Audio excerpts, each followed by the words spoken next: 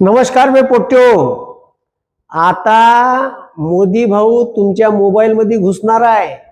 तुम्ही कोणाला कॉल करणार आहे, कोणासोबत बोलणार आहे, किती वेळ बोलणार आहे, कुठं फिरायला जाणार आहे, कोणासोबत फिरायला जाणार आहे, सगळं मोदी तुमच्यावर आता लक्ष ठेवणार आहे.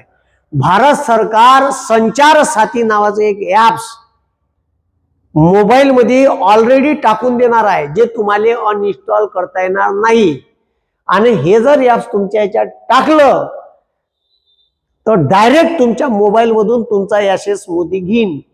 आणि हे तुमच्या भारतीय राज्यघटनेनं तुम्हा आम्हाला दिलेला राईट टू प्रायव्हसीच्या अधिकाराचं उल्लंघन आहे.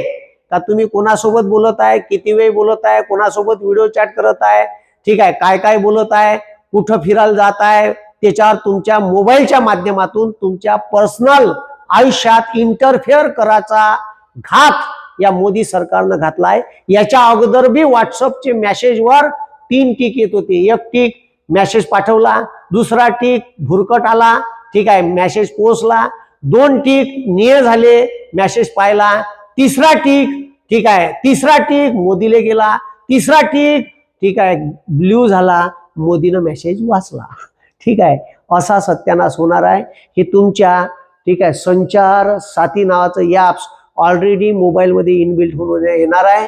हे भारतीय राज्यघटनेनं तुमच्या, ठीक आहे, राईट टू प्रायव्हसी, ठीक आहे, वैयक्तिक आयुष्य जगण्याच्या अधिकाराचं सरासरी उल्लंघन आहे. आणि या ॲपच्या माध्यमातून तुमच्या सगळ्या पैशाच्या देवाणघेवाणीपासून तर तुम्ही कोणासोबत बोलता आणि तुमच्या वैयक्तिक आयुष्यात इंटरफेअर करायचा, ठीक आहे, हेतू मोदी सरकारचा आहे. तुम्हाला काय वाटते, हे ॲप्स आपल्या मोबाईलमध्ये असलं पाहिजे का? मला तर अजिबात नाही पाहिजे बुवा. तुम्हाला काय वाटते हे तुम्ही खालतं कमेंट्समध्ये सांगा. ठीक आहे, तुम्ही कोणाला भेटले आणि कोणासोबत बोलले हे जर माहीत पडलं तर तुमचा गेम कधी बी करू शकते, हे लक्षात ठेव जा. ठीक आहे, म्हणून हे ॲप्स प्रत्येकाच्या मोबाईलमध्ये टाकायचं आहे मोदीले, असा तो प्लॅन आहे. तुम्हाला काय वाटते खालतं कमेंटमध्ये सांगा. धन्यवाद. जय हिंद, जय महाराष्ट्र.